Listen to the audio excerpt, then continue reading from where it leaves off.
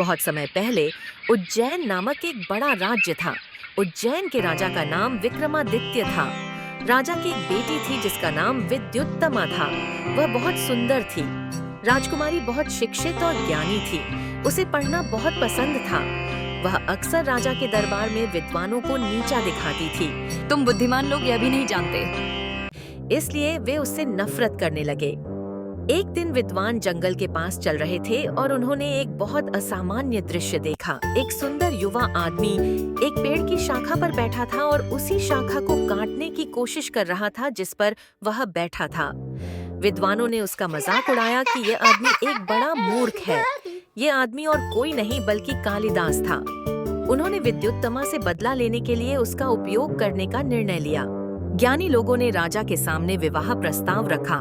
उन्होंने यह भी कहा कि कालिदास एक बहुत विद्वान व्यक्ति थे जो एक महीने के मौन व्रत पर थे।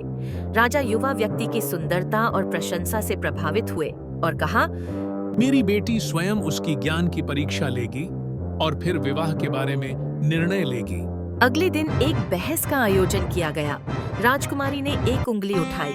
कालिदास ने सोचा, 2 1 से बड़ा है, इसलिए मुझे उसे पीछे छोड़ना चाहिए और 2 उंगलियां दिखानी चाहिए। कालिदास ने 2 अंगुलियां उठाईं। विद्युत्तमा प्रभावित हुई। मैंने संकेत दिया था कि भगवान एक है। उनकी प्रतिक्रिया शानदार है क्योंकि उनका मतलब है कि सत्य के 2 भाग हैं, सर्वोच्च भगवान और आत्मा। आगे बढ़ते हुए उसने अपने 5 अंगुलियों को दिखाया ताकि 5 इंद्रियों का संकेत दे सके। कालिदास को लगा कि वह उसे थप्पड़ मारने वाली है, इसलिए उसने अपनी मुट्ठी दिखाई। इसका मतलब ये है कि 5 इंद्रियों को नियंत्रित करना अंतिम महानता की ओर ले जा सकता है। इससे प्रभावित होकर उसने खुशी-खुशी कालिदास से शादी करने के लिए सहमति दी। उन्होंने तुरंत शादी कर ली। शादी के तुरंत बाद एक दिन वे रेगिस्तान में चल रहे थे। उन्होंने एक ऊंट देखा। राजकुमारी ने अपने पति से पूछा, यह क्या है? एक बुद्धिमान उत्तर की उम्मीद करते हुए, लेकिन कालिदास संस्कृत में ऊंट का शब्द कहने में हकलाए। राजकुमारी ने समझ लिया कि कालिदास कोई ज्ञानी व्यक्ति नहीं बल्कि एक मूर्ख है।